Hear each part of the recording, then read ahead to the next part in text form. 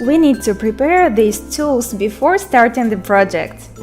Scrub sponge and household cleaner, straight edge ruler or level, pencil, utility knife or scissors, plastic smoother, screwdriver. Going to start with a cleaning surface. After cleaning the wall, make the guideline to the wall. Recommend to cut from the back of the tile to avoid breaking the 3D gel.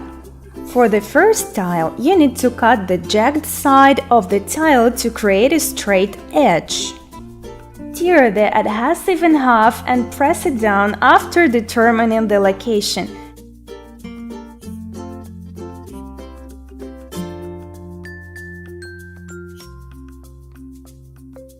And then interlock one by one in order. Measure to cut the holes for the electrical outlet.